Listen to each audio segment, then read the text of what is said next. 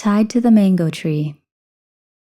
Although I had practiced analyzing and successfully cutting ties with a considerable number of objects, I could still feel the fine threads of attachment deep in my mind. I contemplated this repeatedly, but I still couldn't pinpoint the subject of this lingering attachment. One day, at around 4 p.m., I walked out to the fields. I saw a mango tree that I had gotten from a friend who was the district agriculturalist. I was especially fond of it, for it was a good strain. I had planted 5 mango trees next to each other so that I could graft the branches and propagate more trees. I glanced at a mango tree standing at about 1 meter high.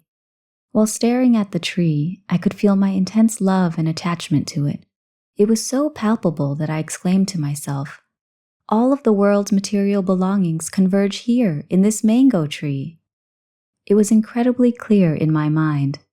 I sat down to gain a clearer understanding of it. I thought, if I died at this very moment, I would be reborn as a worm crawling around the tree.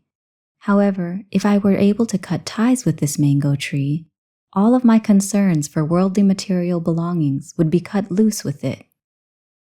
I sat and used wisdom to analyze the mango tree in terms of arise and cease and the 3 common characteristics, tilakkhana. I internalized opanayiko, the mango tree, and compared it to my body, thinking about the arising and ceasing of the 4 elements, jatutthatu. I applied the 4 elements to impermanence, anicca, suffering, dukkha, and not self, anatta. I reflected inward and outward until the 3 common characteristics were apparent. The mango tree was elemental, dhatu, comprised of the 4 elements. My physical body was a temporary basis for my mind.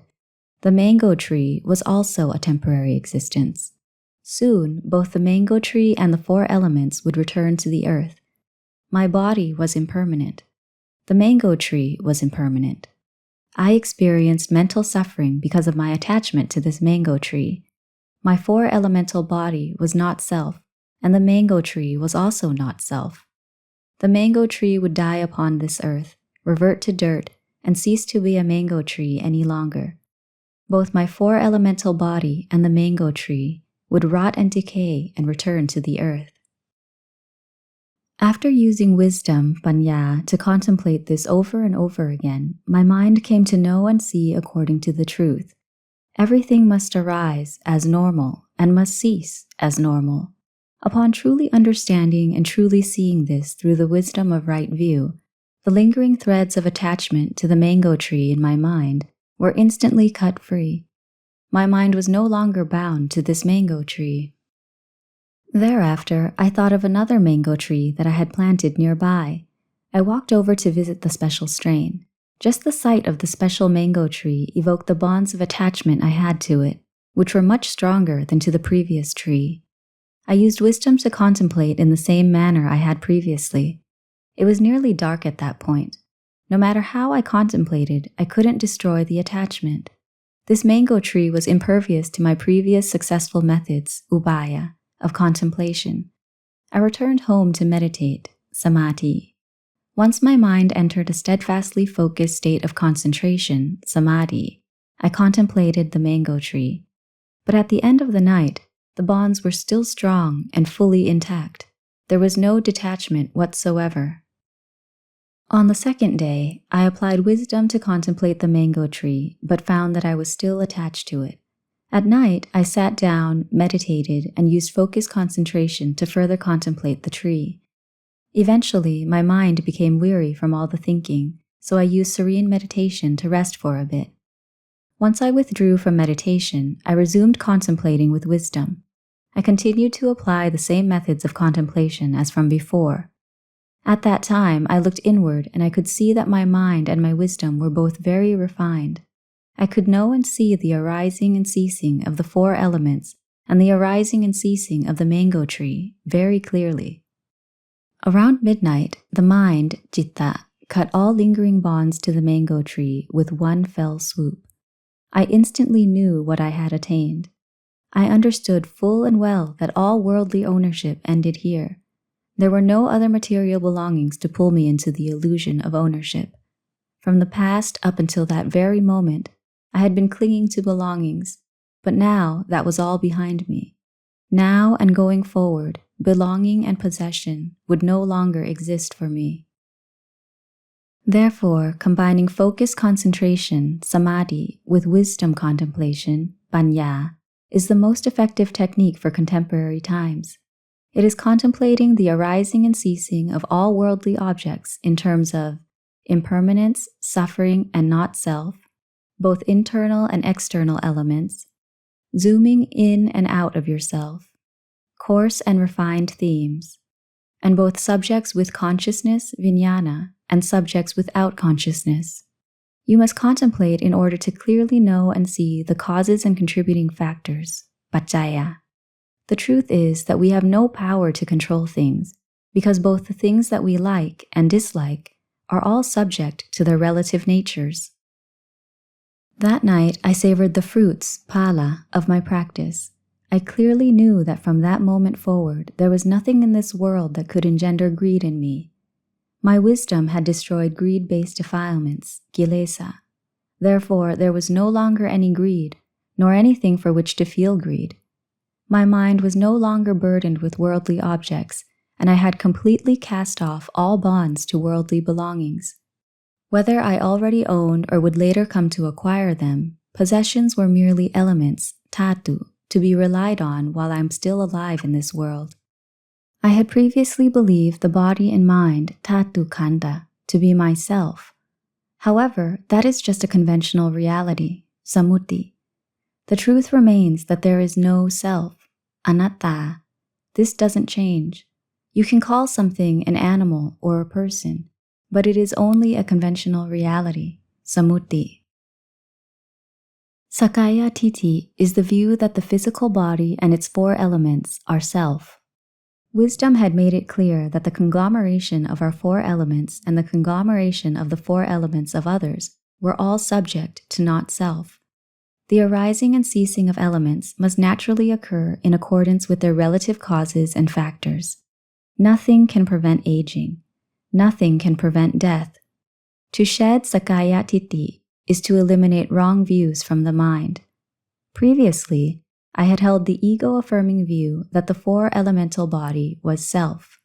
But once I saw the body as mere physical elements to temporarily rely on, I arrived at the clear understanding and realization that they are merely the four elements. There is no identity embedded in them whatsoever. The clinging to the notion of self instantly vanished. All that remained was the mind and body leaning on one another for the time being. I also came to understand that the lifespan of the four elements must correspond to their respective roles. These four elemental tangibles cannot be forced to obey. My mind shed the notion that these four elements are self. That's all. Vicikicca, skeptical doubt about the Buddha, skeptical doubt about the Dhamma, skeptical doubt about the Arya Sangha, skeptical doubt about the path and fruit of enlightenment, had vanished from my mind because I knew and saw with wisdom that the Buddha was real. The Dhamma was real. If the Buddha's teachings were followed, true results would emerge. The Arya Sangha was real. Following the Dhamma would lead to the attainment of a level of enlightenment. I had no hesitations about the concept of good karma and bad karma. I knew it was true that those who commit good deeds will receive good results. It was true that those who commit bad deeds will receive bad results. I had no doubts about the existence of hell, naraka, hungry ghosts, peta, or demons, asura. They were real. I had no doubts about heaven, saga, heavenly beings, devata, the king of heavenly beings, Indra, and divine beings of the Brahma realm. All of it really existed. I had no doubts about rebirth. Past lives were real. Future lives were real. If you were to die while you still hadn't extinguished mental intoxications, asava, and defilements, kilesa, you would be reborn. I did not wonder whether it was true that life forces, vijnana, could be reborn into a multitude of different realms. I knew it was true. Those established on the path to enlightenment as a stream enterer, Sotapanna, have absolutely no doubts about the Buddha, the Dhamma, the Arya Sangha, the path and fruit of enlightenment, the existence of heaven and hell, or that the presence of mental intoxications and defilements within the mind warrants rebirth. Silapata paramasa is clinging or attachment to rites and rituals. Doubts about what constitutes morality, sila, or breaking precepts do not exist for Sotapannas. That is because morality and precepts are naturally established directly from the Dhamma within the Sotapannas themselves. They are not established through a ritual. Even if Sotapannas go through the motions of the precept-taking ritual with a monk, the actual precepts within them are unaffected. Their precepts are pure on their own and do not need to be consciously upheld. There is no trepidation about tarnishing or breaking the precepts. The moral precepts are just a reflection of the Dhamma.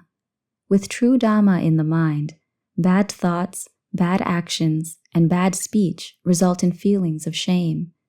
This morality directly results from Dhamma. This morality does not waver and is free from doubt because morality is so deeply entrenched in the mind. It is what is called ati sila, great morality, and ati citta, the mind citta, that is firmly established in Dhamma. Both morality and the Dhamma are firmly established in the mind.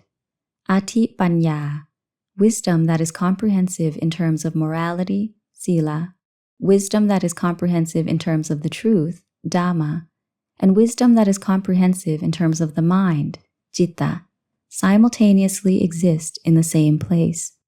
It is morality based on intention that is untethered to precepts. For instance, if you were to unknowingly step on an animal and kill it, you wouldn't have broken the precepts.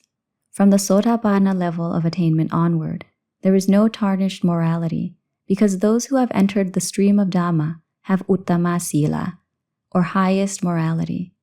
It is samuceta virati sila, or morality completely detached from notions of intention or non-intention.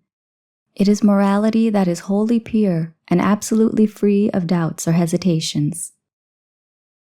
When I had previously read manuals mentioning Sakkayatiti, Vicikicca, and Silapata Paramasa, I didn't know what they denoted. I didn't concern myself with these concepts because I figured that they were beyond me. They were for noble individuals, Aryapukkala, to know and eliminate. As a commoner, Putuchana, it wasn't a necessary concern. Attaining a level of enlightenment and becoming an Aryapukkala was a grand achievement and not a likely one for my lifetime. Even if I were to be reborn another 100 times, I still would not have any expectation of attaining enlightenment and joining the ranks of the Aryapukkala. I hadn't paid any attention to these concepts since reading about them way back then. But on that auspicious night, as my mind entered the stream of Dhamma, I fully understood the meaning of Sakkayatiti, Vicikicca, and Silapata Paramasa. During the Buddha's time, once commoners, Putuchana, who had never attained enlightenment before, did attain enlightenment, they would immediately comprehend the true meaning of the three defilements, kilesa, of Sakkayatiti, Vicikicca, and Silapata Paramasa, as well as how to shed them. Not having any prior technical knowledge, pariyatti, of them didn't matter. So long as the mind, citta, achieved enlightenment, the three defilements would automatically be eradicated within that moment of awakening. During the Buddha's time, those who attained enlightenment didn't have technical knowledge to study and didn't know about eliminating defilements at all. Yet individuals would wholly transform into Aryapukkalas without anyone to serve as witness or issue a declaration, payakarana.